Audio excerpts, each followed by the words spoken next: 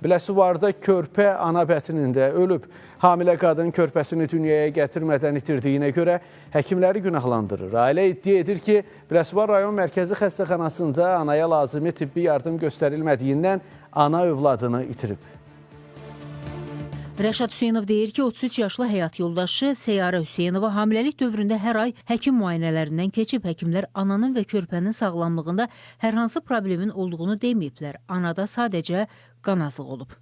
Qan köçürüldükdən sonra ona aparatdan keçirilməlidir. Ananın, uşağın vəziyyəti yoxlanılmalıdır. Onların heç birisi olunmayıb.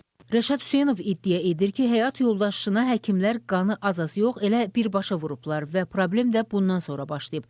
Xanımı isə həkimə narahat olduğunu bildirib. Həkim isə heç nə olmaz, sən zəifsən deyə pasiyentə bildirib. Amma həmin an uşaq ana bətnində boğulurmuş. Ağırlaşdım, halım olmadı, qızıma düşmədi, uşaq da dəbərmədi. Getdim xəstəxanaya, hansı həkimə getdim, baxmadılar. Məsələ ilə bağlı təbibdən bildirildi ki, həkimlər pasiyentə dəmir defisiti, anemiya diaqnozu təyin edib və qadına qan köçürülüb. Qan köçürmə zamanı heç bir negativ hal baş verməyib və pasiyent stabil vəziyyətdə evə buraxılıb. Sonrakı günlərdə qadın 35-36 həftəlik hamiləlik, ağır anemiya, ölü döl ilə xəstəxanaya daxil olub. Faktla bağlı araşdırma aparılır. Yaqub Mehdoğlu, Günəş Ahmalı qızı, Space xəbər Biləsuvar.